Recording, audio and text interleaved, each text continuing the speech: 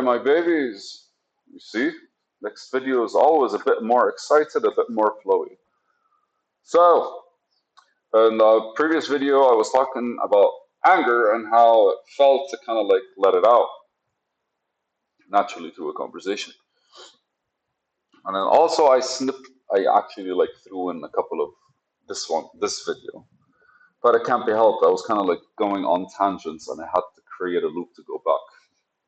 So is it me or is it your inner voice? Is your inner voice always talking to other people slash arguing, not really yourself? I just need to get better at this. Is it me or is your inner voice almost always talking to other people, arguing, mostly not yourself? So this is interesting for me specifically because of the previous topic, which was anger. And so Mitsanfura, I don't know who knows her. Yeah, let go. Although you want to stay. Okay. So the previous video was about anger, and I discuss an angry conversation I was having with myself. Naturally, I was not able to see it. I noticed it, and then I was like, "What the fuck? Why is this happening?" And then I kind of like reviewed how I handled anger, and what I did was I basically like wrote down the note. And so I don't know about you guys. I have conversations where I actually talk to myself. And sometimes, like, in a very upset way, in an angry way, in a very kind of like, not very productive way. But all I have is myself. So, love, trust, these kinds of things, you kind of go back to them when you're with yourself. So, a conversation with myself dissipates eventually because I try to be honest, I try to be objective, and anytime I make a statement, I kind of go like, "That's a statement." Fuck. All right, so what did I do? How can I say this differently? And as I try saying it differently, I start seeing how many ways I could have like treated whatever I was discussing, regardless. But ideally, when it's within myself, I can actually always kind of like find a way to dissipate those feelings, come back to it in a stoic sense, come back to myself, and just kind of like allow the flow to move in a different direction, or at the very least, it's step past it. But I've been having issues with people. So the people are distractions and it can't be helped. But like, it's not like they're distractions, and some people kind of distract you in the most positive way and inspire you. But some people just kind of like take your energy. And imagine an issue that happened 7 months ago was still in my head 7 months later. And again, like, there are a lot of people around me that are associated with the man that had this issue, that I had this issue with. But after 7 months, it was still in my head. And then practically what I came up with was like, Tariq, just kind of like write a note about this because it seems like you solve it, but you come back to it. So it's not really like solved. And so isn't me or is your inner voice almost talking to other people and arguing? Imagine how I was creating different scenarios in my head where I was confronting the guy or sitting with the guy or hanging out with the guy or randomly meeting the guy. And it's clear that I got hurt in the process. I got frustrated. For some of you who go a bit back, it was basically the guy that I went to Iraq for, and so it was like early stages. But I did a consulting contract where I was super excited to kind of like dive into the world of like online marketing and media and Facebook and different websites and all that kind of stuff. Like, I was really genuinely wanting to. I even took a course in business analysis for that. And he wasn't honest about where he was position wise when it comes to the company. So he allocated the budget, which he kind of like not realized he couldn't pay. I got some resistance from the people that I was working with over there, and the resistance was mainly because of him, because he kept interfering, and he'd ask for reports, and they'd go and give him a report, and then he basically would like mediate, I don't know what, between each other, and then eventually it's just kind of like they were like a different, full blown, man. Like I went there and they kind of were pretending that they were like united and all the cute stuff, and all of them were smiles. But like everyone started saying stuff at one point, and I was like, shit. Like it's not about a professional environment. It's like, how could you work in such an environment?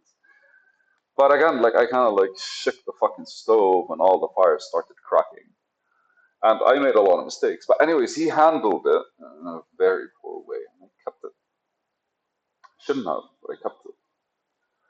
And I forgave him in my head, and I reminded myself why, and I discussed a couple of things about why I forgive him, and he revealed uh, he revealed a lot about me when I was acting the way he was, even though he's like 30 years older than me. But the idea is, I saw myself in his behavior at one point in my life. So I couldn't be, I could not forgive him, or like, between rationally, emotionally, and forgiving him, forgiving myself. And that's basically how energies work. Like, okay, so you want to resolve this energy, I'm going to give you a situation where you notice it and understand it fully. I think that's the way we progress through life, right? Once if you're opening yourself, you kind of have to pay the karma for the things that happened before. I'm using karma as like an exchange of value. I have a video about that. I want to watch that video again, in order for me to kind of like see where I am after that video. But anyways, so like all of that made sense, but it still stuck with me. And then because of him, and right now reading this, and the reason why I wrote it is I probably have these conversations with my family members for the longest fucking time. I still kind of like have in my head random conversations with them. And it's funny because that means they got to me. It's a very egocentric way to actually explain it. They got to me. As in, like, I right now, what they said puts me on guard. And I explored more, and then I was like, friends, and then I was like, shit, people that I worked with.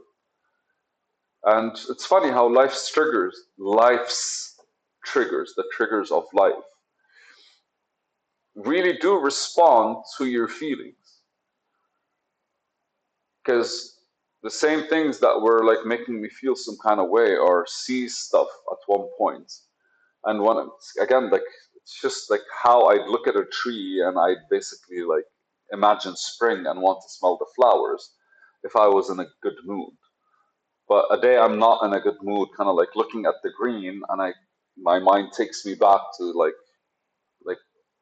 the restaurant that I was managing because I planted it all. And, like feelings and nostalgia and like the things that are lingering in you are kind of like they follow the triggers in front of you, and it's it's kind of like every trigger pushes some feeling and takes you back to a memory that needs to be resolved, right? And so when I wrote this note, it's like you're almost always talking to other people slash arguing, not really yourself. Like your inner voice is basically, if you rationalized it and you wanted to move on, your inner voice kind of like still didn't, you didn't allow it to go through the process. And how would he normally go through the process? I don't know, but I feel it has something to do with expression. It's like expressing your anger, expressing your kind of like frustration, expressing your sadness. All of these, once you express them, they're no longer a part of you, and you kind of harmonize with your inner self, right?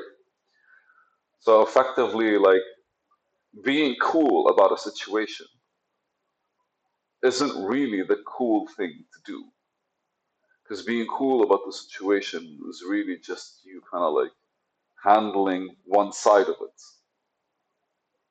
But the true side that kind of like is extended from you, you never gave it a chance simply because, oh, on this, you were able to kind of like logically, rationally, spiritually, even emotionally get over it. But it didn't just affect you, it kind of like, it came with feelings. And you can't rationalize feelings. You can trace them, you can follow through, and you can be upset with yourself probably for feeling the way you did, but you'll forgive yourself, and then you kind of like get over it and notice how you got to feel that way, and decide if it's a valid one or not. Right? So basically, if at any time you're having a conversation with yourself, be nice, be cool, be gentle. If at any time you're having a conversation with somebody else,